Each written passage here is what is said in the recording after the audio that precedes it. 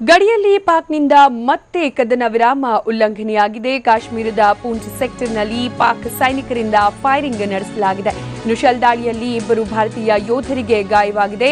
ಪಾಕ್ ಪುಂಡಾಟಿಕೆಗೆ ಭಾರತೀಯ ಸೇನೆ ಕೂಡ ದಿಟ್ಟ ಪ್ರತ್ಯುತ್ತರವನ್ನ ನೀಡ್ತಾ ಇದೆ. ಪದೇ ಪದೇ ಗಡಿ ಭಾಗದಲ್ಲಿ ಪುಂಡಾಟಿಕೆಯನ್ನ ಮೆರೆತಾ ಇರುವ ಪಾಕ್ ಸೇನೆ ಮತ್ತೊಮ್ಮೆ ತನ್ನ ಪುಂಡಾಟಿಕೆಯನ್ನ ಮುಂದುವರೆಸಿರುವುದು.